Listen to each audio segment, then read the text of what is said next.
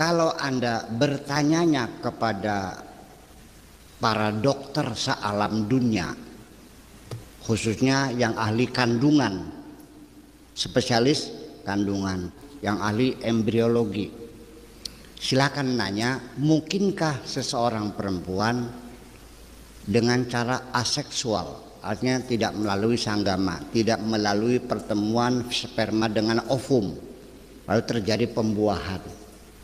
Menurut dugaan saya, dokter semua pasti akan mengatakan tidak mungkin. Salam damai sejahtera bagi kita semua, kembali dengan saya di channel ini. Terima kasih bagi teman-teman yang senantiasa mendukung dan mensupport perkembangan channel ini. Tuhan Yesus memberkati kita semua.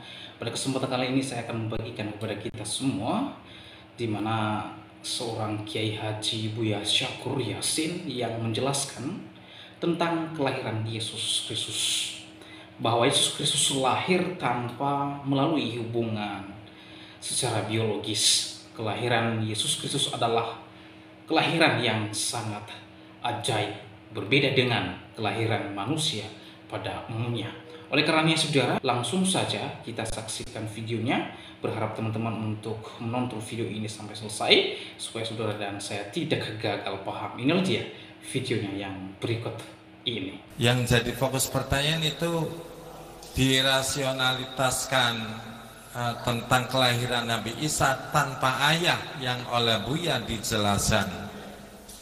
Itu karena pola hidup yang baik, pola makan yang bagus, dengan kaitan dengan bahwa itu ketentuan dari Allah. Nah ini untuk disambungkannya itu bisa enggak gitu? Kalau Anda bertanyanya kepada para dokter sealam dunia, khususnya yang ahli kandungan, spesialis kandungan, yang ahli embriologi, silakan nanya, mungkinkah seseorang perempuan dengan cara aseksual, artinya tidak melalui sanggama, tidak melalui pertemuan sperma dengan ovum, lalu terjadi pembuahan. Menurut dugaan saya, dokter semua pasti akan mengatakan tidak mungkin. Ini ilmu, ya kan gitu. Nah, saya dari mana saya bisa meyakini itu benar terjadi? Karena saya menanyakannya bukan sama dokter, tapi saya nanya sama Allah. Bahwa Allah itu innama amruhu idza arada syai'an an yaqula lahu. Apalagi itu membuat anak dari ibu yang tanpa kawin, membuat manusia tanpa ibu, tanpa anak juga bisa. Tanpa suami, tanpa istri, tanpa bapak, tanpa ibu juga ada, ya kan? Dan lalu menghidupkan kembali yang sudah jadi tanah pun juga bisa. Kaifa yuhyiha wa yarami, bagaimana Allah menghidupkan kembali yang sudah menjadi tanah, sudah hancur. Qul yuhyiha alladzi ansha'aha awwala marrah wa huwa bikulli khalqin alim. Nah, kalau saya tanya kepada Allah, yaitu hal yang mungkin, minal mumkinat, sesuatu yang mungkin terjadi. Apakah mungkin Allah masih bisa bikin manusia sekarang lahir lagi tanpa bapak? Mungkin, ya mungkin. Mungkinkah Allah sekarang bikin lagi manusia tanpa ibu, tanpa bapak? Ya mungkin, mengapa tidak? Sekali Al-Quran mengatakannya satu contoh satu, itu berarti kemungkinan ada yang lainnya. Orang lahir tanpa ibu, tanpa bapak, Nabi Adam kan? Mungkinkah Allah bikin Adam lagi? Ya mungkin, mengapa tidak? Sesuatu yang namanya mungkinat itu ya katakan kalau nisbatnya kepada Allah ya semuanya minal mumkinat, bisa terjadi. Allah apa saja, innama amruhu idza arada syai'an ay yaqula lahu kun fayakun. Nah, saya juga dulunya tidak ada. Kenapa bisa ada? Ya kalau pakai logika, yang ada logikanya. Dari tidak menjadi ada kok. Ya kan begitu.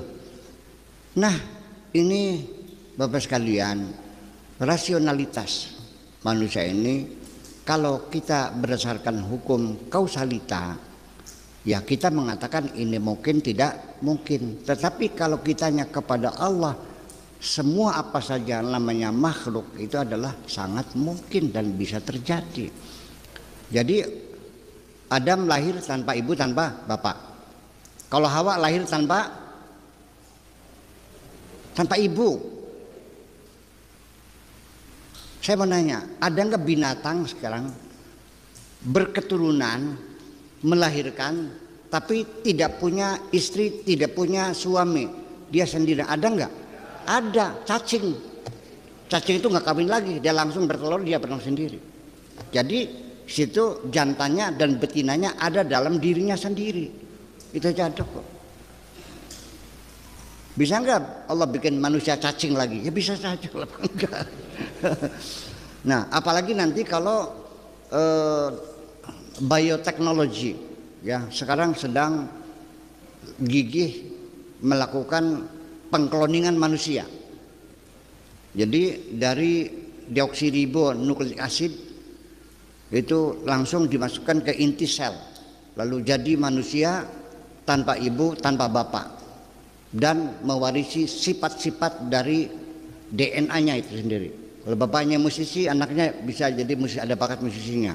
Hidungnya juga sama dengan bapaknya. Dan itu namanya DNA, itu tidak mesti harus diambil dari orang-orang yang masih hidup. Sudah mati pun bisa. Dari kulitnya, dari kukunya, dari rambutnya, dari tulangnya, itu bisa diambil DNA-nya lalu dimasukkan dalam inti sel. Bisa terjadi kok. Ya, yang sekarang sudah lagi heboh, yaitu terbukti berhasil melakukan cloning pada domba namanya Dolly. Bisa terjadi kok, mengapa tidak? Ya, jadi saya kira itu saja persoalannya.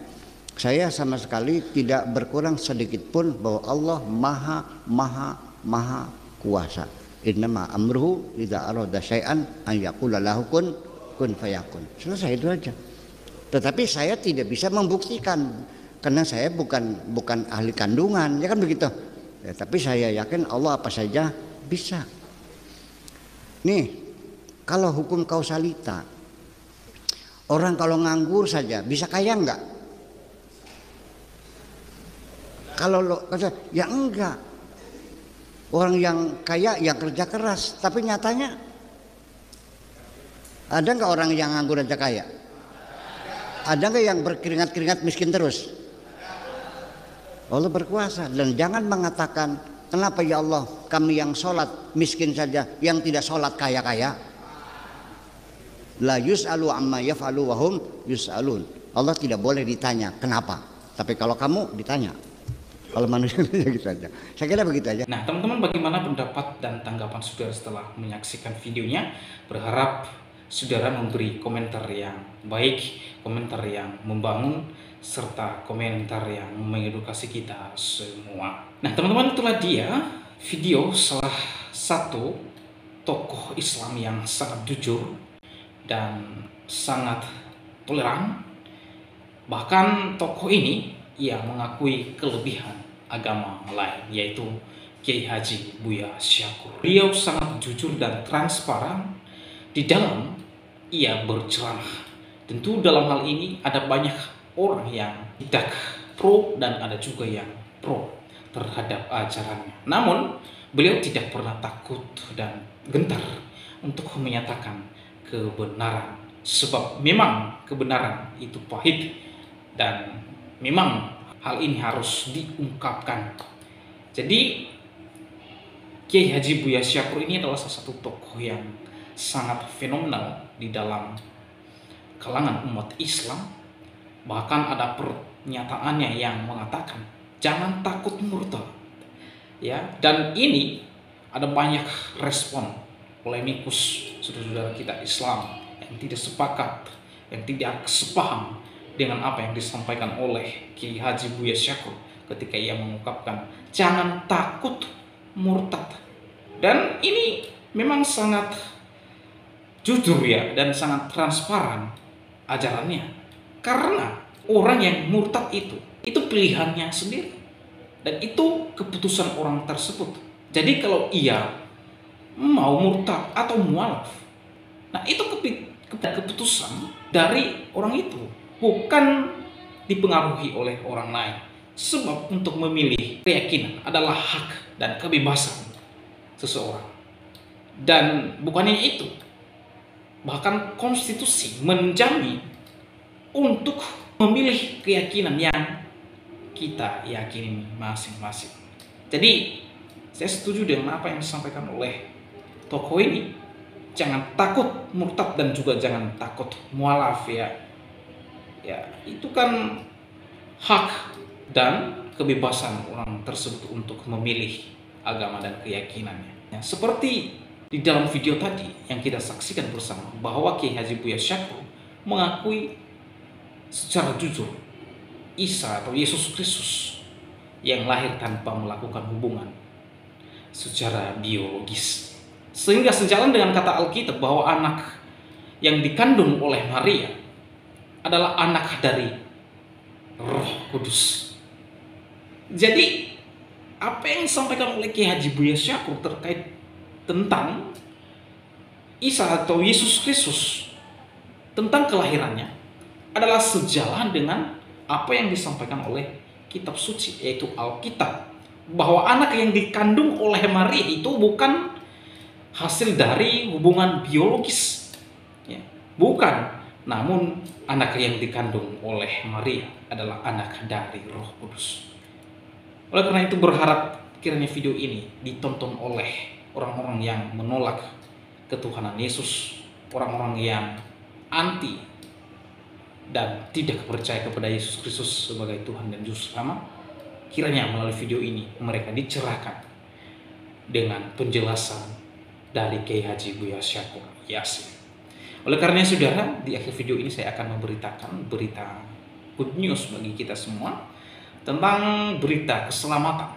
Sebab keselamatan dan kehidupan yang kekal tidak ada di luar Yesus Kristus, hanya ada di dalam Yesus Kristus. Itu sebabnya di dalam Injil Yohanes pasal 14 ayat 6 di sana dikatakan, "Akulah jalan, kebenaran dan hidup. Tidak ada seorang pun yang sampai kepada Bapa kalau tidak melalui aku. Sebab di bawah kolong langit ini tidak ada nama lain yang diberikan kepada manusia yang olehnya kita dapat diselamatkan."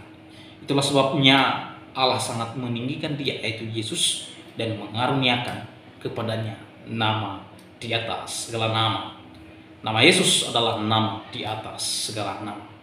Oleh karena itu saya mengajak kita, saudara-saudara yang belum percaya kepada Yesus Kristus, inilah waktunya Anda percaya dan mengaku Yesus Kristus satu-satunya Juru Selamat dan Tuhan Anda. Tuhan Yesus telah menantikan saudara dan Ia sudah menunggu dan menanti Anda untuk datang kepadanya dan kembali kepadanya untuk senantiasa saudara dan saya diselamatkan. Oleh karena demikian video saya kali ini, sampai bertemu di video saya selanjutnya. Tuhan Yesus memberkati kita semua. Shalom.